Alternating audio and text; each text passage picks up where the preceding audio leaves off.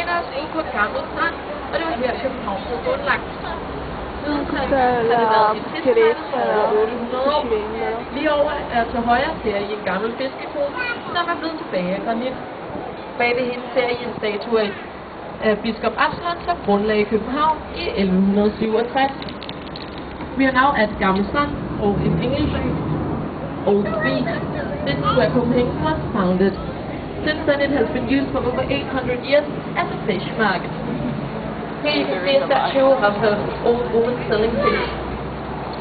In the background on the left, you can see a statue of Bishop Absalon, who founded Copenhagen in 1176. 67, sorry. Auf Deutsch?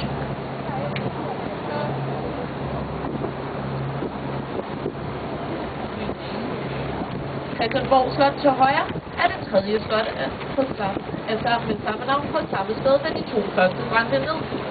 Christiansborg huser det danske folketing, den øverste højt,